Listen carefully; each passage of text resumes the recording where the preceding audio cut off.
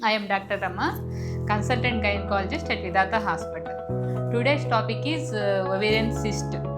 ఇంకో type of cyst ఏంటంటే ఎండోమెట్రియోటిస్ cyst. ఎండోమెట్రియోటిస్ cyst అంటే ఎండోమెట్రియోసిస్ మూలంగా, ఎండోమెట్రియోసిస్ అంటే inner layer of the uterus ఒక్కొక్కసారి బయట గ్రో అవుతుంది కదా, యుట్రస్ బయట గ్రో అవుతూ ఉంటుంది.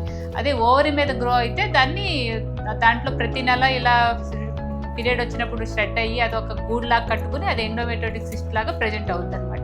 కానీ ఎండోమెట్రియోటిక్ సిస్ట్ ఉన్నప్పుడు పీరియడ్స్ అప్పుడు సివియర్ పెయిన్ ఉంటుంది, తర్వాత బ్లీడింగ్ ఎక్కువ ఉంటుంది వీళ్ళకి, ఈ తర్వాత పిల్లలు కలకపోవడం జరుగుతుంది అనమాట. Endometriotic cyst more than 5 centimetres ఉంటే దీన్ని ఎక్సైజ్ చేయించుకోవాల్సిన అవసరం వస్తుంది అనమాట ఎండోమెట్రియోటిక్ సిస్ట్.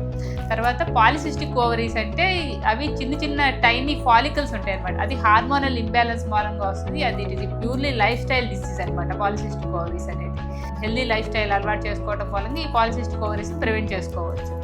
దాని తర్వాత పారా ఓవేరియన్ సిస్ట్ అనేది ఒక టైప్ ఆఫ్ సిస్ట్ ఉంటాయి. ఈ పారా ఓవేరియన్ సిస్ట్ అంటే ఓవరీకి పక్కన ఉంటాయి అనమాట. ఈ ఓవరీలో సంబంధం కాదు, ఇవి పారా ఓవేరియన్ సిస్ట్ అని ఉంటాయి అనమాట. ఈ పారా ఓవేరియన్ సిస్ట్ కూడా చిన్నగా ఉంటే మనం వీటికి మనకి ఏం సిమ్టమ్స్ ఉండవు. అదే పెద్దగా ఉంటే మోర్ దెన్ 5 సెంటీమీటర్స్ అలా ఉంటే కనుక వీటికి ట్విస్ట్ అయ్యే ఛాన్సెస్ ఎక్కువ ఉంటాయి అనమాట. సో వీటిని పారా ఓవేరియన్ సిస్ట్లను కూడా రిమూవ్ చేయించుకోవాల్సి వస్తుంది. ఈ ఓవేరియన్ సిస్ట్లకి ప్రివెంటివ్ అనేది ఏమి ఉండదు, కానీ ఓవేరియన్ సిస్ట్లు వచ్చినప్పుడు మాత్రం మనం కంటిన్యూస్ ఫాలోఅప్లో ఉండాలి. ఫాలోఅప్లో ఉండి అవి సిస్ట్ పెరుగుతున్నాయా లేకపోతే అలాంటివి మనం ప్రతి ఇయర్ ఎగ్జామిన్ చేయించుకుంటూ ఉండాలన్నమాట.